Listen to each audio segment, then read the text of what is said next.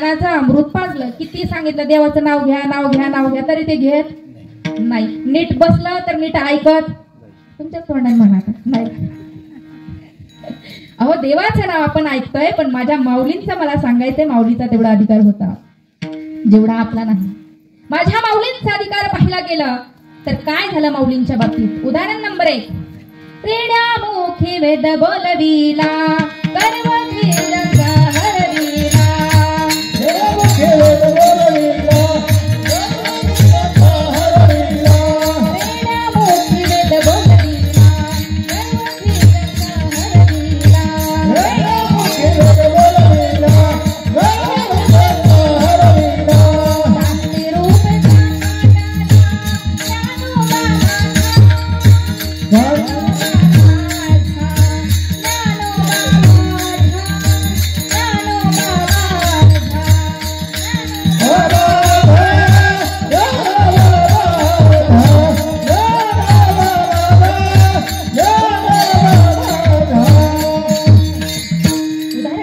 माऊलींचा अधिकार.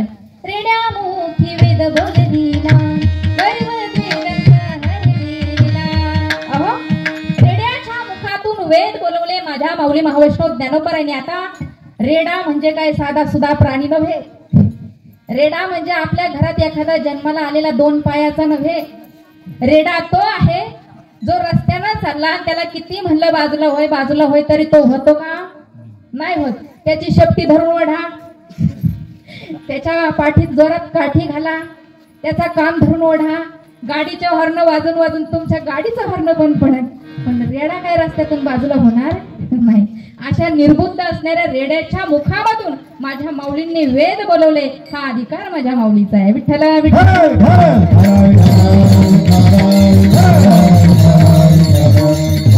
नंबर 2, माऊलींचा अधिकार. एखाद्या माणसाला आपण जरी म्हणलं आता आपल्या एवढीशी मळ्यात आपल्या पेमगिरीत काही एवढेच लोक नाहीयेत, बघा बरं मला काय सांगायचं. माऊलींच्या अधिकाराबद्दल बोलते, पण उदाहरण इथलं सांगून जाते. आपल्या गावात एवढेच लोक नाही, पण तुम्ही इथपर्यंत आले कारण तुमचे पाय चालत आले. तुमचं मन म्हटलं आज सप्ताहाचा पहिला दिवस आहे ना, आज फक्त माझ्या परमेश्वराचं नामचिंतनाचंच गुणगान ऐकायचंय, चला कीर्तनाला. आणि फायदा तुमचाच आहे बरं. देव उदार ठेवत. अहो आपल्या शेजारचं एक वेळेस आपल्याला उदार ठेवीन, उसनं आणलं नंतर देतो, 10 महिन्यात देतो, 20 महिन्यात देतो, 50 महिन्यात देतो, अशी तर आपली भाषा नाहीच आहे. पण देतो मी तुला कधीतरी. परंतु इथं देव मात्र उदार ठेवत नाही. मला सांगायचं काय, आपण इथं चालत आलो, पण माझ्या माऊलींनी निर्जीव भिंत चालवली. हा माऊलींचा अधिकार. आपले जिवंत असलेले पाय कीर्तनात येत नाही, तर माझ्या माऊलींचा अधिकार एवढा की 4 भावंडांनी भिंतींवरती बसावं आणि चल ग माये म्हणून कुरवाळावं त्या भिंतीला, आणि त्या भिंतीनं चालविली जड भिंती भ्रांती, चालविली जड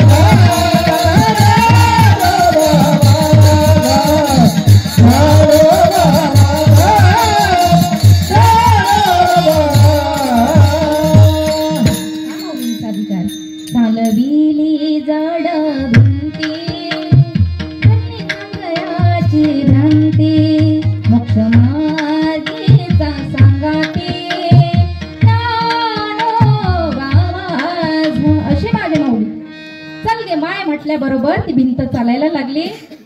म्हणजे निर्जीव वस्तूमध्ये सुद्धा चेतना यावी, हा माऊलींचा अधिकार. आणि ते माऊली आपल्याला सांगतात की बाबांनो काय करा, राम आणि कृष्णाचं नाव घ्या. विठ्ठल विठ्ठल.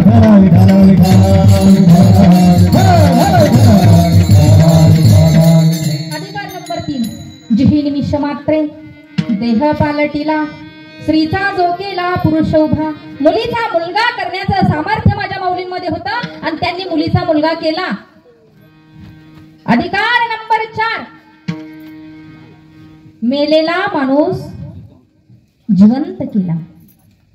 सच्चिदानंद बाबा जे मेले होते त्यांची प्रेत यात्रा अंगणामध्ये सजत होती. शेजारी आले, नातेवाईक आले, सगळे मंडळी आले आणि आता अंत्यविधीला त्या ठिकाणी सुरुवात आहे. शेवटचा निरोप द्यायचा आहे आणि तो क्षण तुमच्या माझ्या जीवनात कधी येईल सांगता येत नाही का हो मावशी? माहिती का तुम्हाला? नाही? कॉल बिल आला होता का यमाचा? नाही ना?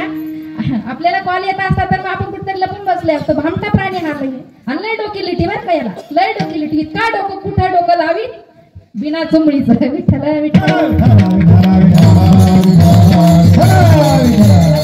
सच्चिदानंद बाबा वारले. अंगामध्ये प्रेत यात्रा सजत होती आणि पूर्वीचा काळ होता ताई तो. पूर्वीचा त्या पती बरोबर ती त्या पत्नीला सती जावं लागायचा हा पूर्वीचा काळ होता. आता तसं आहे का?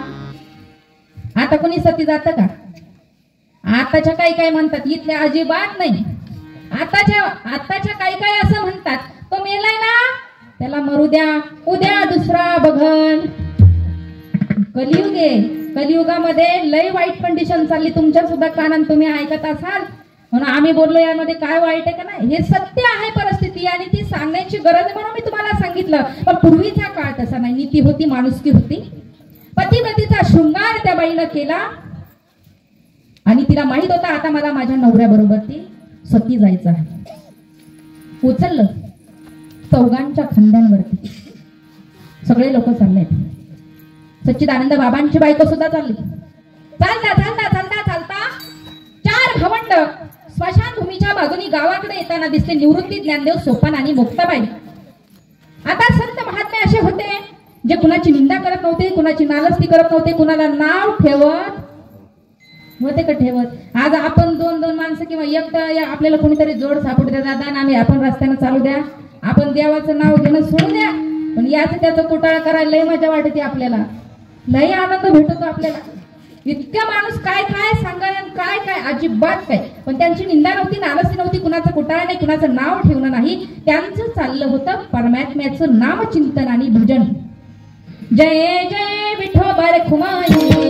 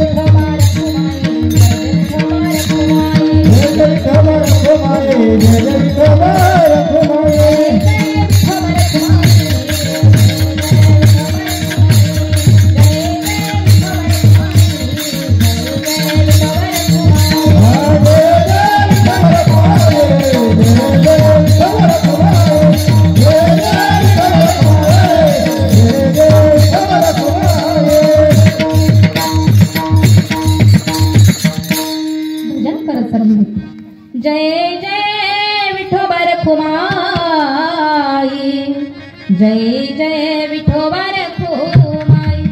हे भजन ऐकलं सच्चिदानंद बाबांच्या बायकोनं आणि अशी अंत्यविधीतून बाजूला झाली ती माता आणि तिनं श्री संताच्या माथा चरणावरील साष्टांग हे करी दंडवत दर्शन घेतलं माऊलींचं. हे मस्तक होतं ना, हे मस्तक त्या चरणावरती टेकवलं आणि नकळत माझ्या माऊलींच्या तोंडातून आशीर्वाद निघाला. अष्टपुत्र सौभाग्यवती भव. आशीर्वाद निघाल्याबरोबर ती त्या मातेच्या डोळ्यातून अश्रू येत होते ना, त्या ठिकाणी गालावरती थोडं स्मित हास्य आलं आणि माझ्या माऊलीनं विचारलं, आई तुम्ही माझ्या आशीर्वादाला हसलात, हसण्याचं कारण काय? त्यावेळेस त्यांनी सांगितलं, माऊली 2 कारण आहेत. एक, मी रडते कारण ही प्रेत यात्रा माझ्या मालकाची आहे, माझ्या मालकाबरोबर मला सती जायचं आहे. आणि स्मित हास्य करण्याचं कारण आहे माऊली आता माझा नवरा तर गेला, मला सती जायचंय. मग हे सौभाग्यवती, अष्टपुत्र सौभाग्यवती हा आशीर्वाद तुमचा आता खोटा ठरणार आहे. मग माऊली हा आशीर्वाद ह्या जन्माचा का पुढच्या जन्माचा? माऊलीने सांगितलं, आई आशीर्वाद ह्याच जन्माचा आहे. संतांच्या तोंडामधून निघालेलं वाक्य हे खरं ठरल्याशिवाय अजिबात राहत नाही. मी तुमच्या पतींना जिवंत करतो. मग त्या ठिकाणी कुणी म्हणायचं, कशाला ऐकता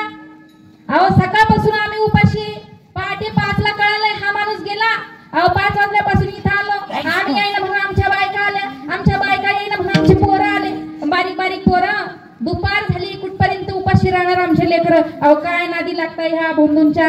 चला उचला जाऊ द्या पुढं. पण म्हणतात ना 100 जरी येडे असले तर 10 तरी त्याचे शहाणे असतातच ना.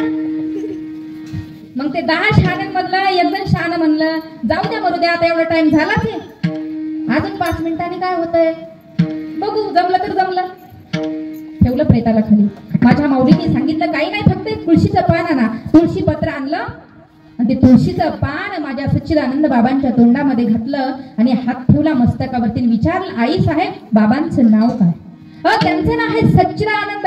सत अधिक चित अधिक आनंद बरोबर सच्चिदानंद. हो हे तर माझ्या परमात्म्याचं नाव आहे. आणि परमात्मा कधी मरतो का?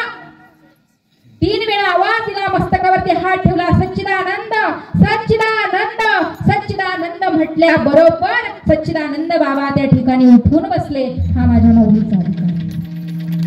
सच्चिदानंद बाबा उठले, माऊलीचं दर्शन घेतलं आणि सांगितलं मला ह्या माझ्या माणसांनी जाळण्यासाठी चालवलं होतं, पण माऊली मी तुम्हाला शब्द देतो या जीवात जीव असेपर्यंत इथून पुढचं आयुष्य मी तुमच्यासाठी घालवेल. आणि म्हणून बाबा मेले. मेल्यानंतर जिवंत झाले. माझ्या माऊलीने जिवंत केले आणि त्यानंतर ज्ञानेश्वरी सारखा ग्रंथ आपल्याला मिळाला. बरं म्हणून लिहिली कुणी? कुणी लिहिली ज्ञानेश्वरी? जरी किती जण लोक म्हणतात ज्ञानेश्वरी कुणी लिहिली कुणी लिहिली. कुणी म्हणतात ज्ञानेश्वर माऊली लिहिली, कुणी म्हणतात आम्हाला माहितच नाही. पण लेखक वेगळे आहेत, सांगणारे माझे ज्ञानोपर आहेत, पण लिहिणारे कोण आहे? शके 12 शते 12 पैटिका केली ज्ञानेश्वरे. श्री सच्चिदानंद बाबा आदरे लेखकू जाहरा. या ओळीमध्ये काय शके 12 शते 12 तरी पैटिका केली ज्ञानेश्वरी श्री सच्चिदानंद बाबा आदरे लेखकू झाला. या ओळीमधून असं स्पष्ट होत आहे की ज्ञानेश्वरी लिहिली कुणी? लेखक कोण आहे? सच्चिदानंद बाबा. आणि सांगणारे माझे माऊली आहे. याचाच अर्थ हा चौथा अधिकार होता, मेलेला माणूस जिवंत करण्याची ताकद माझ्या माऊलींची. आणि म्हणून अधिकार संपन्न असलेले माझे माऊली या अभंगामध्ये काय सांगतात? अभंगाचं प्रथम चरण. रामकृष्ण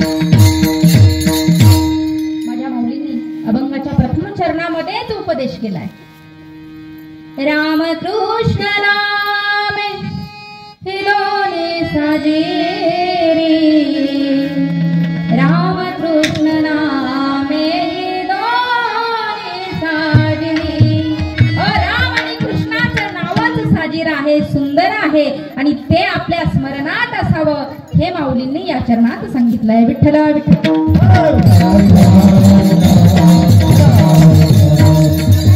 राम नाम श्रेष्ठ आहे, पवित्र आहे. कृष्ण नाम श्रेष्ठ आहे, पवित्र आहे, कारण दोन्हीही पूर्ण अवतार आहेत. पण राम हा शब्द किती सोपा आहे. राम म्हटला का काम होतं आणि त्यातल्या त्यात पापाची निवृत्ती सुद्धा. मग फायदा कुणाचा आहे? आपलाच आहे का नाही? तरी पण माणसाला कंटाळा येतो देवाचं नाव घ्यायचा. आता नावाचे भरपूर प्रकार आहेत. बरं, नावाचे प्रकार भरपूर आहेत. तुमचं नाव वेगळं, माझं नाव वेगळं, गायकांचं वेगळं, सिस्टीमवाल्यांचं वेगळं, पेटीवादकांचं वेगळं, मृदंगाच्या नावाचं काय नाव प्रत्येकाचं वेगळं. सांगायचं काय? माणसाचं नाव वेगळं, संतांच्या नावात फरक, देवाच्या नावामध्ये फरक. आपण याला त्याला नाव ठेवतो ते नाव वेगळं. पाण्यामध्ये आपण तरुण जातो ती होडी, तिलाच नाव म्हणतात, ते नाव वेगळं. जन्म मरणरूपी संसार बंधनातून देवाचं नाव घेतल्यानंतरच तरुण जाता येतं, ते नाव वेगळं. आणि लग्नामध्ये घेतात ते नाव, ते लयच अवघड पराक्रम बाबा. अहो पण हळदीपासून नाव घे तशी पाठी सोडणारच नाही. शेवंती तर लय तर राहत्या बायांची, तुम्हाला माहितच असेल. आता काय शेवंतीचे दिवस चालूच आहे आपले. अशी पाठी नाही तो सुपाशा पॅक पकडून ठेवत्या बाया, अजिबात सोडते. नाव घेत तरच पाठी सोडणार, नाव घेत तरच. अहो नाव अशी विचित्र काय ऐकत. आता मला काही नाव येत नाही, पण असं ऐकलं बरं का, सांगून जाते. ऐकलं, ती बाई म्हटली मला नाव येत नाही. बाया म्हणल्या नाही, नाव घेतल्याशिवाय पाठी सोडणारच नाही. आता तिचा पतिदेव तिच्या समोरच होता, तो असा खुनवायचा, घे ना घे. ती म्हणायची मला नावच येत नाही. बाया म्हणल्या नाही येत तर तुझ्या नवऱ्याचं तर माहित असेल ना तुला, अगं ते तरी घे. ती म्हटली घेत तर नाही बाई, पण कुठंतरी ऐकलंय, ऐकवण्यात आहे, चुकलं तर क्षमा, थोडी चुकून माफ करा. म्हणे ठीक आहे, पण नाव घे. तशी पाठी सोडणार. पुरी तशी त्याला जाऊ द्यायला नाही म्हणे. आता ते त्याला बी वाट होत पाहतच होतं, ते उकळत होतं बिचारा कधीच. ते म्हणत होतं येऊ द्या पुरी, त्याला टाकायला, पण पुरी काही जात नव्हती, बाई काय पाठी सोडीत नव्हती. ती म्हणली ठीक आहे, घेते नाव. खोक्यात खोका, खोक्यात खोका. या ताईला कळलं का काय? ते हसायला लागले बघ. खोक्यात खोका, लाकडाचा खोका. काय? खोक्यात खोका, लाकडाचा खोका. मी तुझी मांजर, तू माझा बोका. आता तो बाबा जो होता तो म्हणला बाई नाव घेऊन घेतलं, पण असं घेतलं का मला बोकाच केलं. आता मला सांगा, हा विनोदाचा जरी भाग असला, पण हा एक नाव घेण्याचा प्रकार आहे की नाही? पण माझ्या माऊलीने या अभंगामध्ये सांगितलं, जर तुम्ही देवाचं नाव घेतलं तर फायदा गगनाहून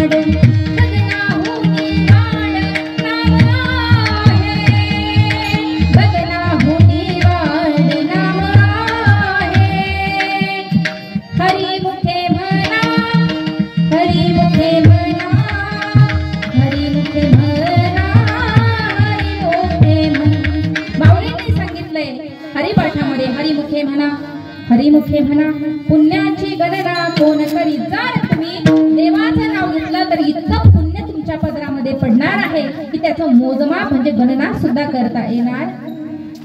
एवढं मोठं, किती मोठं, गगनाभुनी वाढ नाम आहे. गगनापेक्षा मोठं बरं का. पृथ्वीपेक्षा पाणी 10 पट आहे. पृथ्वीपेक्षा पाणी 10 पट आहे. पाण्यापेक्षा तेज 10 पट आहे. तेजापेक्षा वायू 10 पट आहे.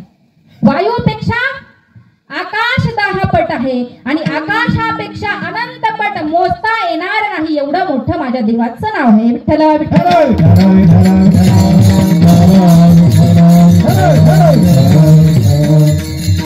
तारक आहे. त्यातल्या त्यात नाम श्रेष्ठ आहे. त्यातल्या त्यात जो घेतो त्याची वाणी शुद्ध, त्याचा आत्मा शुद्ध, त्याचं शरीरही शुद्ध. इतकं नाम श्रेष्ठ, पवित्र आणि गोड साधन आहे. आपल्याला जिथपर्यंत पोहोचायचं तिथपर्यंत ते आपल्याला पोहोचवतं. हे देवाचं नाव आहे. परंतु तरी सुद्धा पुराण काळामध्ये सुद्धा गर्व अहंकार बाधा लोकांना झाल्या. कलियुगात का होणार नाही. प्रत्येक युगायुगामध्ये गर्व होता, अहंकार होता, दंभ होता, काम क्रोध मितूपणा होता, सगळं होता. या युगामध्ये का काटकसर, का कमतरता आता सुद्धा आहे. तसं आपण असं नाही म्हणायचं की आताच गर्व पूर्वी होत नव्हता, दंभ होत नव्हता, अहंकार होत नव्हता. होत होता. एका ठिकाणी अशा स्त्रियांचं थोडस सांगितलं बरं का, बातचीत बोलणं सांगितलं. आता ते 3 अशा होत्या स्त्रिया, त्या अधिकारी होत्या. त्या काय आपल्यासारख्या नव्हत्या. त्या सामान्य अशा एकदम साध्या वया नाही, अधिकार संपन्न होत्या. त्याच्यामध्ये राममाता कौसल्या, नीट ऐका बरं, राममाता कौसल्या आणि अंजनी माता हनुमंतरायांची आई, अगस्ती महामुनींची पत्नी लोपमुद्रा. या 3 जणी अशा बसल्या. आता बाया बाया बसल्या का अशा गप बसतील का? बसतील का गप? अहो बाईची जात कधी गपच बसत नाही. अशी असते ती बाईची जात. अहो एक वेळेस गडी माणसं बिचारे गप बसतील. अहो असं एसटी मध्ये, जीप मध्ये, असं गाड्यांमध्ये बाईची मजा पाहिजे तुम्ही. बाई बाईला बसायला कधी जागा देणार नाही, अजिबात नाही. आपण म्हणून थोडं सारखं हा मलाच कुठं जागा आहे, ये पा बरं मी फार कोपऱ्यात बसली. पण हे जेंट्स जे लोक आहे ना, तुमच्याकडे खरंच संयम आहे दादा. तुम्ही उभं राहणार पण शेजारच्याला काही बोलणार नाही. तसं हे गाणं लय कठीण. पार त्यांचा स्टॉप येईल तरी त्यांचे भांडण चालू बघा त्या जागेवरून. अहो गाडीतून उतरता खिडकीतून पार बडबड बडबड करणार, त्या बाईला शिव्या देणार. मला सांगायचं काय, ह्या बाया कुठे गेल्या? अहो आम्ही पाहतो आता कीर्तनाचं जाऊ द्या, दाव्यात सुद्धा बाया गप नाही उपस्थित. आता कीर्तनाचं ठीक आहे बाबा, हे थोडं वेगळं आहे प्रसंग, हे माझ्या देवाचं कार्य आहे. पण तिथे एखाद्या मेलेल्या माणसाचं कार्य असतं, तिथं सुद्धा या बाया तुम्ही नाही बरं का. आम्ही सांगतो ते असं आमच्या निदर्शनात आलं ना, ते इथल्या अजिबात नाही. त्या बाया आता मला सांगा, प्रवचन चालू असल्यावरती गप यावं, गप बसावं, नीट ऐकावं, दोन ना कामन असं ऐकलं, शांत बघावं, चित्ताला समाधान मिळतंय का बघावं. नाही पटलं तर गप बसावं, गप घरी जावं. पण नाही, अहो इकडं प्रवचनकाराचं प्रवचन चालू आणि हे अशा मस्त येणार, पर्स खाली ठेवणार. कधी आली ग तू? काय कधी आली तू? ती खालची काय म्हणते, खाली तर बस, मग सांगते तुला कधी आले नाही. आता ती खाली बसली ना, मग यांचं लगेच संभाषण. आता हे मी माझ्या कानानं ऐकलंय बरं का, हे काय कुठलं मी असं मनानं जुडून नाही सांगत बरं का, हे माझ्या कानानं ऐकलेलं आहे. आणि मग ती बाई काय म्हणते माहितीये का, अगं काय सांगती, त्या संगमनेर बरं का, संगमनेर नाही, त्या संगमनेरच्या स्टँडला एवढी गर्दी. अगं ते कॉलेजचे गाबडे येऊ आपण चढून सुद्धा देते नाही. काय सांगू तुला, बरोबर आहे ना? पटतंय ना तुम्हाला? आजी बरोबर पटतंय आजीला. बघा आजी हसत राहिली. त्या संगमनेरच्या स्टँडला एवढी गर्दी बाई, त्या गाबडे पुरीला बसायला जागा देतात पुरीला, पण म्हाताऱ्या बाईला बसायला जागा देत नाही. म्हातारा बाबा असं उभा राहतो आणि जर म्हणलं ना भाऊ थोडा सरक, तरी म्हणतो बाबा ही जागा एंगेज आहे. आणि थोड्याच वेळात तिथे एखादी पोरगी येऊन बसते. म्हणजे बाबाला जागा आहे का नाही. अहो मग अशा त्या बाया, त्यांची तिथं बडबड चालू असते. मी कोणत्या गाडीने आले, तू कोणत्या गाडीने आली, किती वाजता आली, किती मिनिटांनी आली, आणि आता दावा झाल्यावर तू कुठं जाणार आहे, थोड्या वेळ थांबणार का, लगेच निघणार आहे, नाही तर मग मला तुझ्या सोबत येऊ दे. मी सांगते काय ताई, फक्त हे बायांचं संभाषण. या बायका जर एकत्र आल्या तर बसत नाही, मला हे सांगायचंय. म्हणून त्या 3 जणी अधिकार संपन्न स्त्रिया होत्या, पण त्या एकत्र आल्या. आता बघा त्यांच्यात बोलणं सुरू झालं. राम माता कौसल्या म्हटल्या, माझा राम नसताना बाई तो सेतू बांधूनच झाला नसता, सेतू बांधूनच झाला नसता. आता अंजनी माई ती काय गप्प बसणारी का? ती म्हणे अगं बाई असं काय सांगते हो, तुमच्या पोरामुळे नाही काय झालं, माझ्या पोराने उड्डाण घेतलं उड्डाण, आणि मग पोहोचले कुठं तुमच्या सुनबाईपर्यंत, आणि मग तो पुढचा सगळा कथा भाग घडला. याला कारणीभूत श्रेय कोण आहे, माझा हनुमान आहे. त्यावेळेस ती स्त्री लोपमुद्रा ती काय गप्प असणार का, ती लगेच म्हणे अहो माझ्या पतीला सांगितलं असतं हे उड्या मारायचं आणि सेतू बांधायचं हे प्रश्नच नव्हता, त्या ठिकाणी सांगितलं असतं तर माझ्या पतीनं एका ओंजळीमध्ये अख्ख्या समुद्राचं प्राशन केलं, अख्खा समुद्र पोटामध्ये पिऊन घेतला. माझ्या नवऱ्याला सांगितलं असतं तर हे पण करायची गरज भासली नसती. रामप्रभू सगळं ऐकत होते. रामप्रभूंनी सांगितलं हनुमंतराय म्हणे जा आणि थोडस समजून सांग, थोडा डोस दे, डोस काय आता आजारी व्हायची कंडिशन आहे, थोडस इंजेक्शन दिलं का यांची तब्येत बरी होईल. मग आता ते गेले हात जोडून उभे राहिले, सांगितलं सगळ्या मातांना माझा नमस्कार आहे, हे बघा मी काही केलं नाही, त्यांनी काही केलं नाही, हे सगळं घडलंय हे स्वतःमुळे आमच्यामुळे घडलं नाही, हे फक्त घडलंय हे रामाच्या नामामुळे घडलंय. मी सुद्धा जय श्रीराम म्हटलो, माझ्या अंगामध्ये श्रीराम म्हटलं की शक्तीचा संचार व्हायचा, आणि श्रीराम म्हटल्यानंतर उड्डाण मारण्याची ताकद माझ्यामध्ये येत होती. अगस्ती महामुनी त्यांच्या बाबतीत सांगायचं ठरलं तर माझ्या भगवान परमेश्वराचं नाम घेऊनच त्यांच्यामध्ये ती ताकद निर्माण झाली. आणि राहिला सेतुबंधनाचा प्रश्न तर माझ्या रामप्रभूंनी नाही तर माझ्या रामप्रभूच्या नावानं एका एका दगडावर राम अक्षर टाकलं, आणि त्या राम नामाची ताकद माझ्या रामप्रभूची नाही तर प्रभूच्या नावाची ताकद आहे. त्यामुळं त्या ठिकाणी पाण्यावरती दगड तरंगले. विठ्ठला विठ्ठला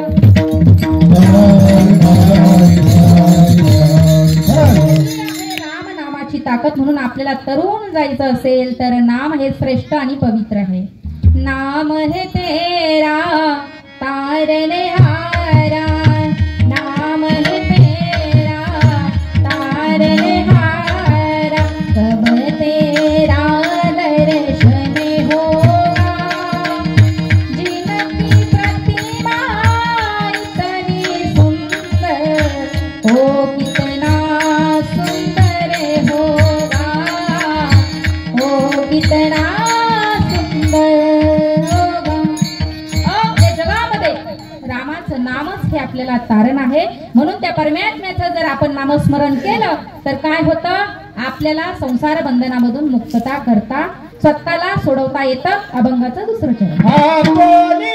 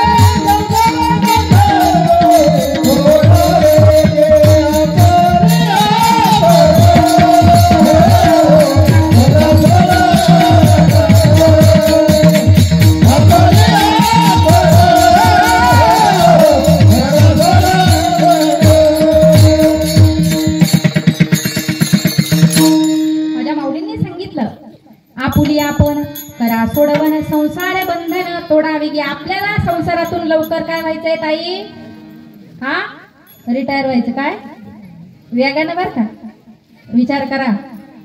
हा, नाहीतर माझ्याकडे येशान परत भांडायला. विठ्ठल विठ्ठल.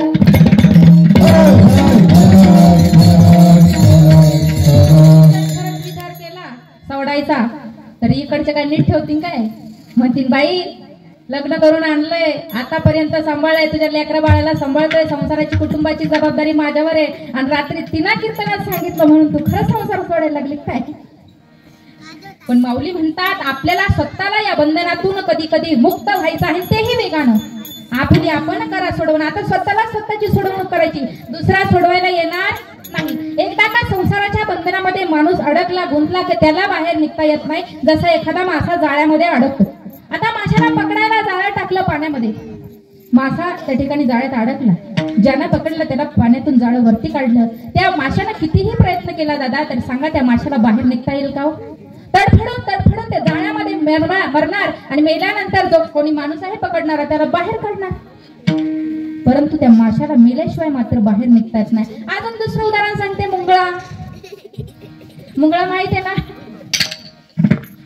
प्रत्येकाच्या घरी आहे, प्रत्येकाच्या दारी. आता इथं बसलो, इथं पण कितीतरी मुंगळे असतीलच त्या फाळ्याच्या खाली. आता हा मुंगळा हा असा आहे, तो एकदा का चिटकला तुझं मुंडकून तुटून येतं, पण तो काय सोडत गुळाला चिटकला ना, गुळाच्या भिलीला मुंगळा. आता याला काही फोन बिन करावं लागत नाही, मेसेज करावं लागत नाही, पोस्ट टाकावं लागत नाही. अमक्या अमक्या कोपऱ्यामध्ये गुळाची भिली ठेवली असं सांगावं लागतं बाबा, तो आपोआप तिथं जातो. आणि एकदा का गेला चिकटला ना, तो दुकानदार म्हणतो तरीच म्हणलं ही एवढी मोठी भिली होती पण ही कमी झालीच कशी? आता कळलं याला मुंगळा लागलाय आणि हा रोज थोडा थोडा गुळ खातोय. पण एक काम करतो, याला मारतो, पण कसं मारा ओढून काढायला बघतो. आणि ज्यावेळेस ओढायचा प्रयत्न केला ना, त्यावेळेस काय होतंय ताई? अहो तुटून येतं, पण त्याचं मुंडकं तिथे चिपटून राहतं. अहो तो गुळ जाऊ देते. आपल्याला जर चावला, कुणाला चावलाय का बसल्यापैकी मुंगळा? चावला घ्या ताईला, चावलं ना, मग ओढून पाहिला का? मग काय झालं पुढे? अहो आपल्याला चावला, ओढायला गेलं ना, मुंडकं चिपटून राहतं, पण ते येत नाही. तसं माऊली म्हणतात हा संसार आहे ना, आपण मुंगळ्याप्रमाणे चिकटलोय. संसार रूपी गुळाला आपला मनरूपी मुंगळा चिकटलाय, आणि त्याला जर काढायचं असेल तर रामनामानं काढता येतं, पण आवडीनं घ्या, तुम्हाला त्याच्यातून बाहेर पडता येतं. आता संसारातून बाहेर पडायचं, पण ते स्वतःच्या स्वतःला पडावं लागेल. पोपट पकडायचा असला तरी सुद्धा पोपट पकडणारे लोक काय करतात? नळी माहिती ना, नळी पाईप, त्याच्यामध्ये दोरा होणार, आणि ती दोर या कडाला त्या कडाला, मधला पाईप रिकामा. पोपट येतो, धान्य पाहतो खाली, इथं काहीतरी खायला आहे, खाली उतरतो. पण कुणीतरी येतंय म्हणून तो काय करतो? नळीवर. आता इथं जसा पाईप आहे हा लोखंडाचा, या पाईपावर तो पोपट बसतो. पण जिथं तो पाईप बांधला तो प्लास्टिकचा आहे, आणि त्यातल्या त्यात दोऱ्यामध्ये ओवलेला आहे. पोपट बसला का पाईप असा फिरतो. कसा फिरतो? असा उलटा. पोपटाचं मुंडकं कुठे रे बाळा? ए बाळा, तू हात करून सांगत होता, पोपटाचं मुंडकं कुठे गेला? असं झाल्यावर पायवर मुंडकं खाली. आता हा पोपट काय करतो दादा? त्या नळीला सोडितच नाही. सोडणं त्याच्या हातात आहे. त्यानं जर पाय सोडले नळीचे तर पोपटाला स्वतंत्र होता येईल. परंतु तो पोपट काय करतो? त्याला वाटते मलाच नळीनं पकडून ठेवलंय, म्हणून तो काय करतो? त्याचे पाय काही सोडत नाही, आणि मग त्या बंधनामध्ये अडकतो तो माणूस. येथून त्याला पकडतो, पिंजऱ्यामध्ये टाकतो. आणि हे आहे संसाराचं बंधन. म्हणून माऊली म्हणतात या संसाराच्या बंधनातून स्वतःच्या स्वतःलाच आपल्याला बाहेर पडायचंय. कारण हे बंधन काय साधं सुद्धा नाही. याच्यामध्ये सुखाचा लवलेश, सुख फक्त दिसण्यासाठी आहे, परंतु सुखाचा भास आहे. सुख आपल्याला कधीच मिळत नाही.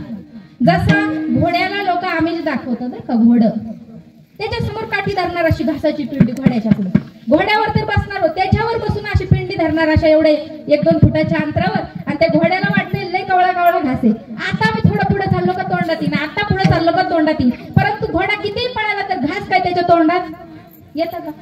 अजिबात येत नाही. ते फक्त आमिष आहे. तसं संसारामध्ये सुखाचा आमिष आहे. आज मिळेल, उद्या मिळेल, परवा मिळेल. अख्खा जन्म सुखाच्या आशेत निघून सर्व सुखाची आशा जन्म गेला.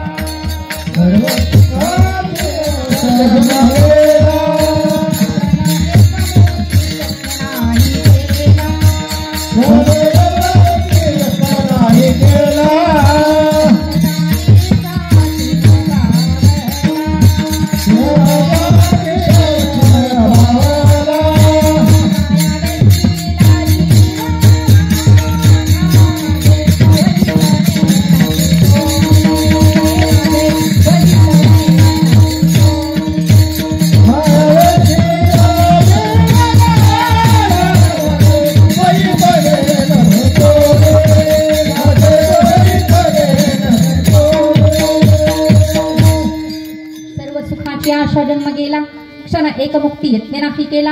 हिंडता दिशाक्षीण पावला माया वेष्टीला जीव माझा माझे स्वहित नेनती कोणी. सुखाच्या आशेमध्ये अख्खा आयुष्य निघून जातं पण सुख काय आपल्याला मिळत नाही. असा आहे हा संसार आणि तुम्ही मी तो करतोय. माझ्या माऊलींनी सुद्धा सांगितलं उगाची संसार सुखाचा करीन आनंदे भरीन. तिन्ही लोक जाईन गे माये तया पंढरपुरा भेटेन माहेरा आपुलिया.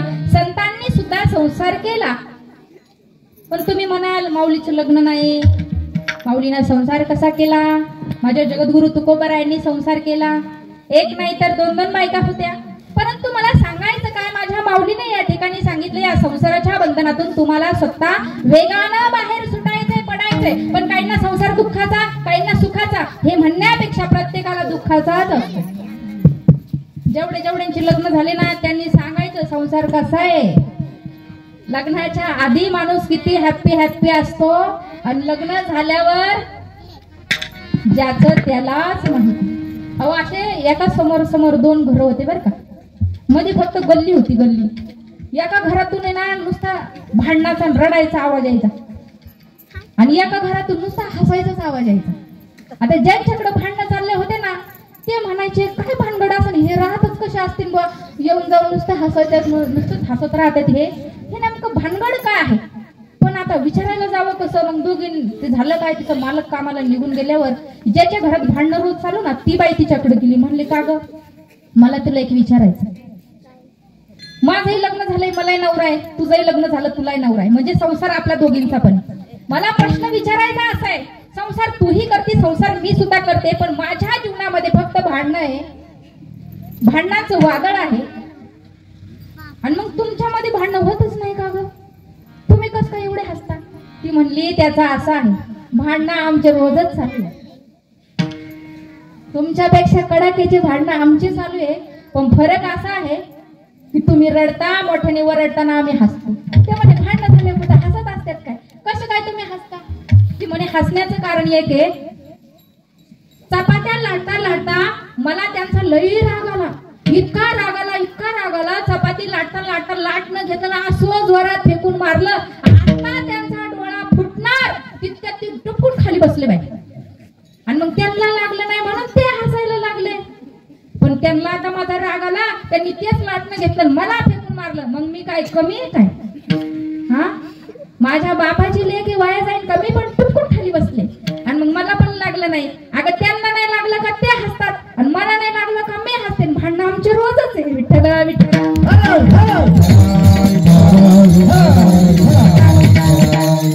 संसारच असा आहे भांडणाशिवाय तो परिपूर्ण होतच नाही. कोणताही नवरा बायको असले तर भांडणं होणारच आहे. फरक फक्त एवढाच आहे संसार प्रत्येकाचा आहे भांडणं प्रत्येकाचे आहे पण समजून उमजून घेणं अत्यंत गरजेचं आहे. पण या संसाराचं बंधन काय एकदा आपल्या गळ्यामध्ये पडलं त्याच्यातून बाहेर निघण्याचा मार्ग आपल्याला संत महात्मे सांगतात. तुम्ही जर देवाचं नाव घेतलं संसारातून बंधनातून मुक्तता तर भेटणारच आहे पण पाप सुद्धा तुमचं जळून जाणार. सेना महाराजांनी सांगितलं घेता नाम विठोबाचे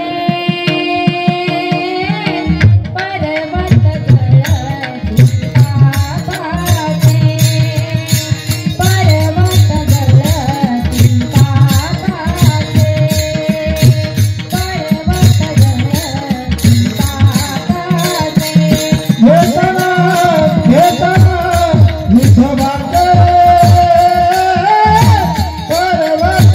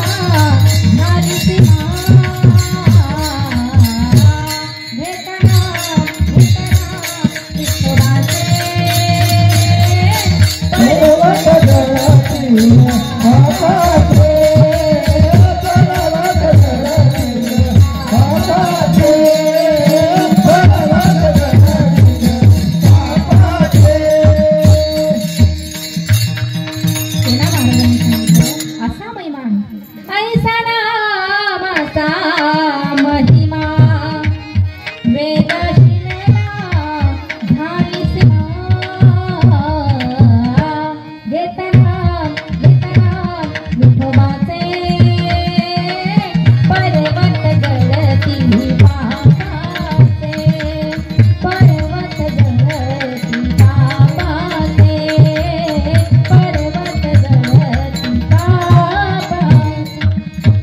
एवढा विठोबाचं नाम पवित्र आहे, पर्वत जळती पापाचे. एवढं देवाचं नाव श्रेष्ठ आहे, मोठं आहे. आणि माझे माऊली महावैष्णव ज्ञानोबराय म्हणतात, हेच परमात्म्याचं नाम आणि ते मी अहोरात्र श्रद्धेनं राम आणि कृष्णाची माळ जपतोय. आणि हृदयामध्ये आहे श्रीमूर्ती राय म्हणजेच भगवान परमात्मा, तेच आहे अभंगाचं शेवटचं चरण. ज्ञानदेवा जाणे राम कृष्ण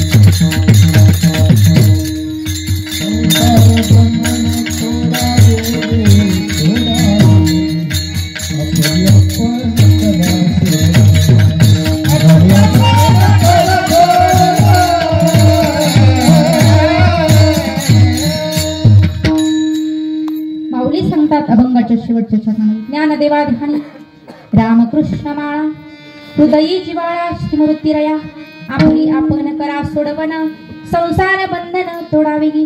अहो राम आणि कृष्ण या नामाच्या माळा मी अहोरात्र माझ्या श्रीमूर्ती रायाची मूर्ती हृदयामध्ये ठेवून स्मरतोय आणि तुम्ही सुद्धा तेच करा असं माझ्या स्वतः माऊलींनी सांगितलंय. आता राम आणि कृष्ण नावाच्या माळा, आता माळ आपली तुळशीची माळ वेगळी गळाती, जपाची माळ वेगळी असते बरं का, जप माळ वेगळी. मग एकीकडे राम आहे एकीकडे कृष्ण आहे, दोघांचेही नामचिंतन करायचं, स्मरायचं कोणत्याही देवाचं. आता सप्ताह आहे आपल्या महादेवांचा, माळेश्वर भगवंताचा, मग ते आहेत शिवजी. अहो प्रेमानं कोणत्याही देवाचं नाव घ्या, पण घ्या, घेण्याला महत्व आहे. घेतलं तर त्याचा फायदा तुम्हालाच आहे, त्याचं पुण्य तुमच्या सोबत आहे. तुमच्या सोबत तुमची पिंटी स्वीटी बिट्टी कुणी येणार नाही. तुमच्या सोबत येणार काय आहे, फक्त जेवढा तुम्ही नामचिंतन केलं त्याच्याद्वारे जेवढं पुण्य भेटतंय ना, तेवढं पुण्यच तुम्हाला सोबत घेता येणार, नेता येणार आहे. बाकी संसार प्रपंच सगळं जागच्या जागेवरती राहणार आहे. आलं तसाच आपल्याला जायचं आहे. म्हणून राम, अहो देवाला सुद्धा वनवास भोगावा लागला, ते माझे प्रभू रामचंद्र. माझ्या कृष्ण परमात्म्याचा जन्म सुद्धा बंदी खाण्यामध्ये झाला. हे माझे कृष्ण परमात्म्यांच्या बाबतीत सांगायचं झालं तर, अहो देवादिकांना सुद्धा त्रास होता, दुःख होतं. कबीरदासजी महाराज म्हणतात ना, जो दुखे सो दुखिया बाबा सुखिया कोई नहीं रे, राजा दुखिया प्रजा दुखिया, दुखिया जन रंग करे, ब्रह्म विष्णू शंकर दुखिया सुखिया कोई नहीं रे.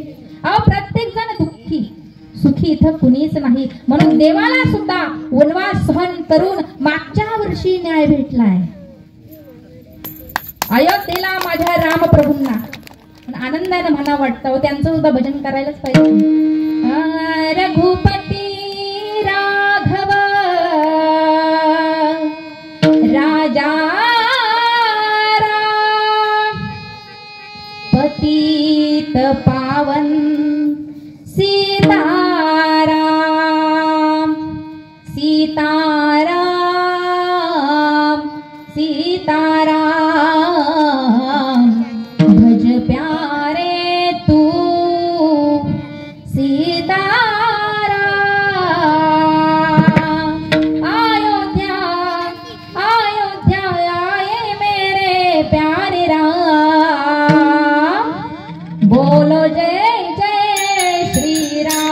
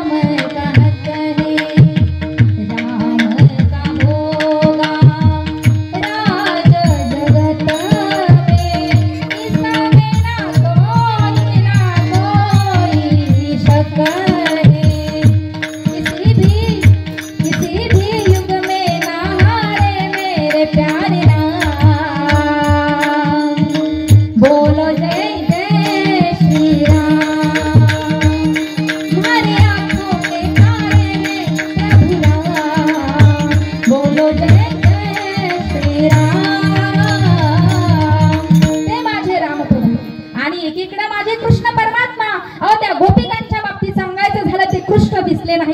दिवाण्या व्हायच्या दिवाण्या. आता दिवाना होण्याचा प्रकार गोपिकांनाच विचारा. इथला आताचा कलियुगात चाललेला नाही. विठ्ठल विठ्ठल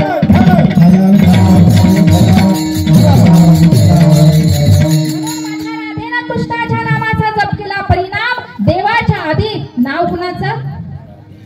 राधे राधे बोलो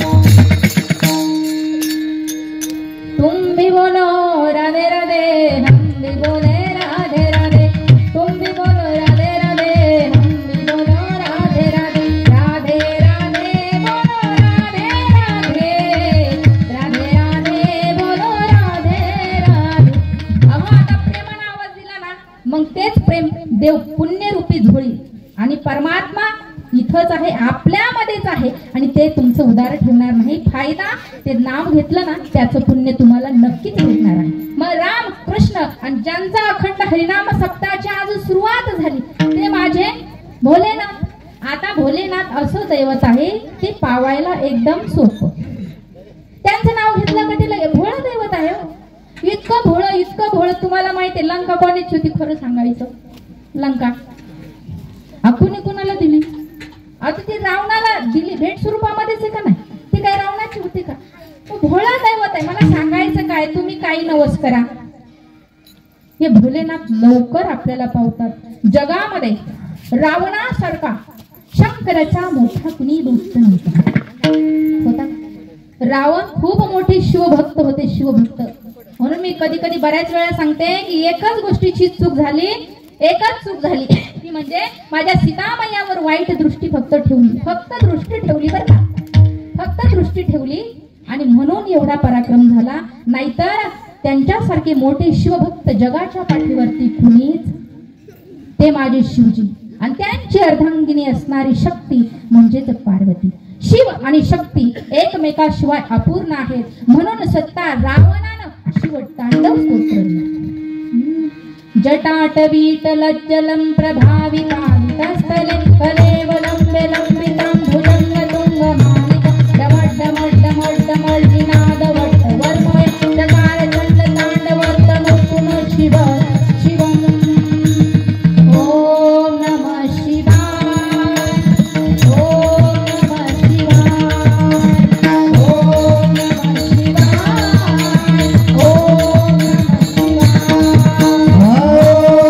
नमः शिवाय, ॐ नमः शिवाय.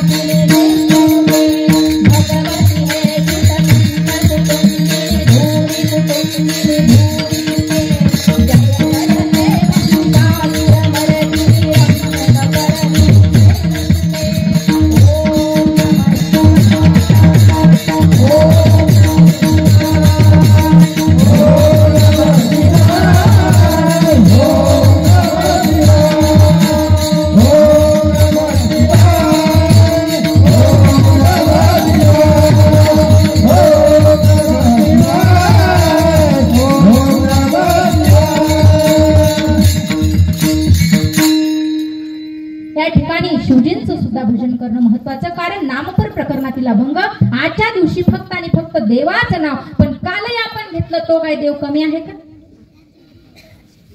काल आपल्या देवाची जयंती साजरी केली ना आपण. येस, काय नाव त्यांचं? छत्रपती शिवाजी. अरे वा वा, या लेकरासाठी टाळ्या.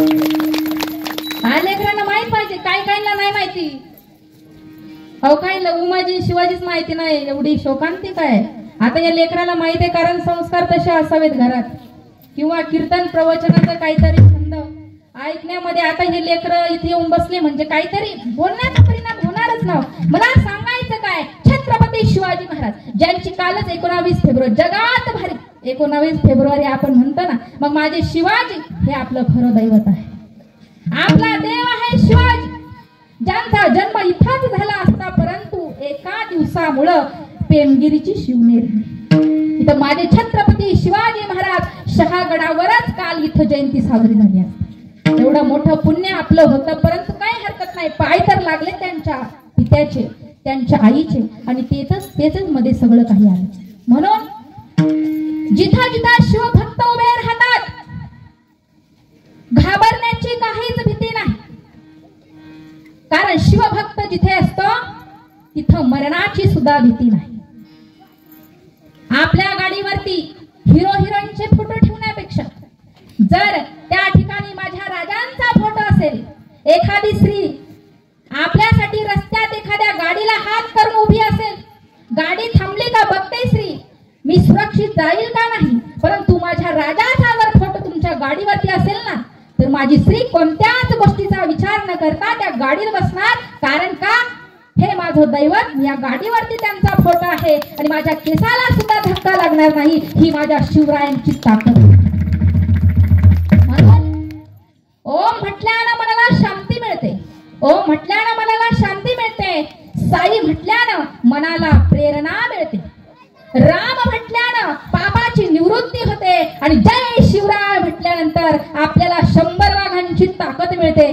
छत्रपती शिवाजी महाराज की जय, धर्मवीर संभाजी महाराज की जय, भारत माता की जय, हर हर मना मोठ्याने जेवायचंय आता, हर हर. म्हणून माऊलीची माया कधी तुटणार नाही, सागराचं पाणी कधी आटणार नाही. माऊलीची माया कधी तुटणार नाही, सागराचं पाणी कधी आटणार नाही. हाच जन्म का पुढचे हजारो जन्म जरी प्राप्त झाले तरी माझ्या शिवरायांचं नाव कधी मिटणार नाही, माझ्या शिवरायांचं नाव कधी मिटणार नाही.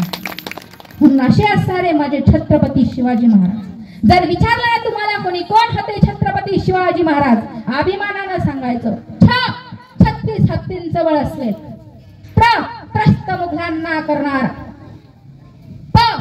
पतित पावन, तिन्ही जगतावरती राज्य करणार, शिस्तप्रिय, काय शिस्तप्रिय, वात्सल्यपूर्ण,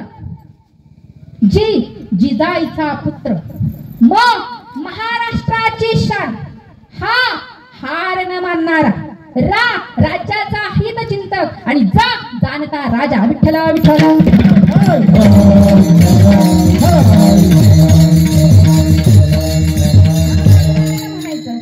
गिरीशी करी किरीटा करी,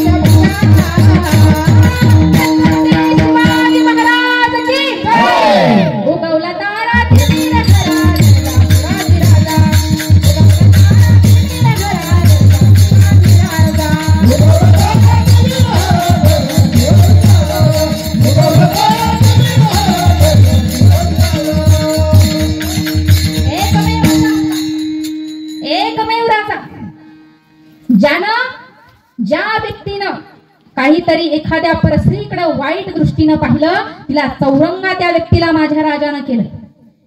शत्रूला सुद्धा विश्वास असावा असा माझा राजा. किती विश्वास.